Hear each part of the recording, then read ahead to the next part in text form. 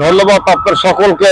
আজকে বাংলাদেশের গণমানুষরা এই রাজনৈতিক ক্লান্তি লগ্নে সমগ্র বাংলার মানুষরা হতাশাগ্রস্ত হয়ে পড়েছেন যে বাংলাদেশের ভবিষ্যৎ কোন দিকে টার্ন আপ করছেন।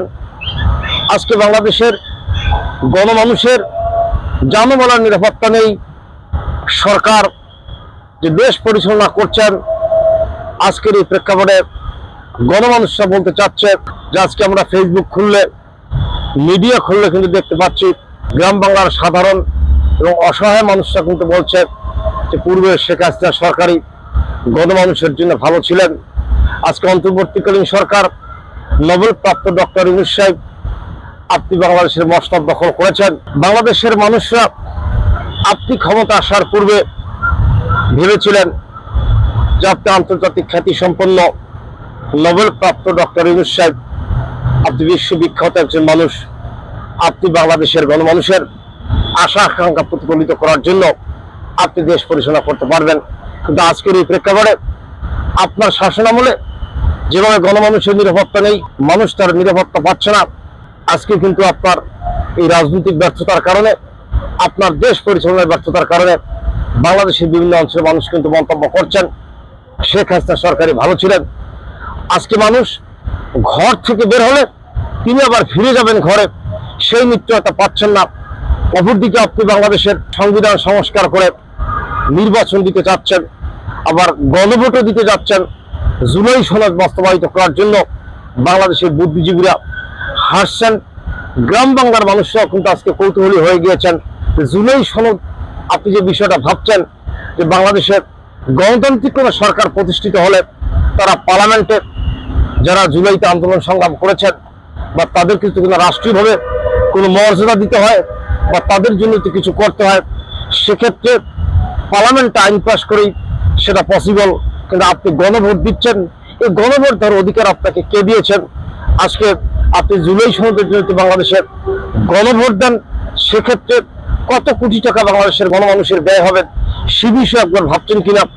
আপনি যে নির্বাচন শুরু করতে চাচ্ছেন, একতরফা একটি নির্বাচন করতে চাচ্ছেন, আপনি ক্ষমতা আসার পরেই যে দমন নীতি শুরু করছেন, আপনার এই দমন নীতির কারণে বাংলাদেশের সহিংস পরিবেশ কন্টিনিউ বিরাজ করছেন।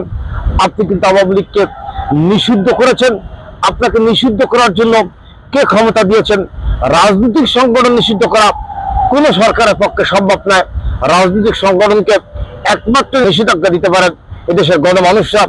গণমানুষরা নির্বাচনের মাধ্যমে কোন রাজনৈতিক সংগঠনকে পরিত্যাগ করে দেয়, তিনি রাজনৈতিকভাবে নিষিদ্ধ হয়ে যান। কিন্তু আপনি প্রতিহিংসার কারণে একতরফা একটি নির্বাচন অনুষ্ঠিত করার জন্য, একটি এজেন্টকে বাস্তবায়িত করার জন্য কোন রাজনৈতিক সংগঠনকে আপনার ইচ্ছামতো ক্ষমতা বসানোর কারণে কিন্তু আপনি আজকে এইভাবে একটি একতরফা নির্বাচন বাংলাদেশের গণমানুষের সম্মুখে উপস্থাপন করতে যাচ্ছেন।